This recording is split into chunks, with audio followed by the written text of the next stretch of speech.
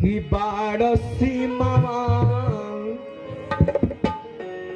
की बाड़सी मामा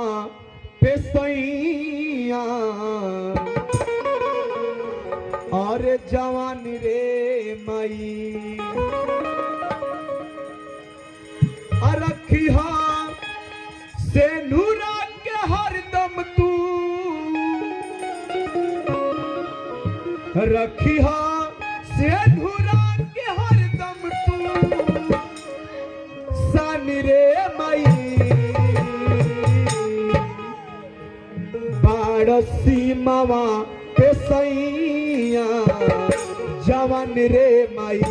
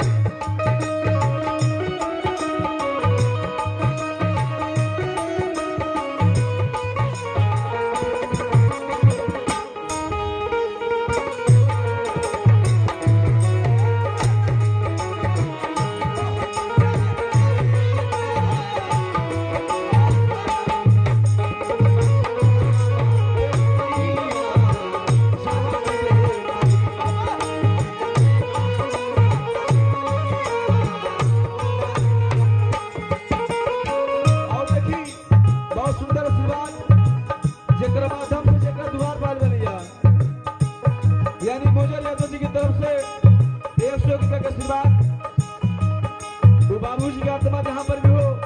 आत्मा को शांति अच्छा स्थान मिले यानी आज बाबूजी से ज्यादा जुड़ल रहो आज लास्ट विदाई बनते रही लेकिन औरत कहा तेरी माई से गीत के पहली लाइन में कैसे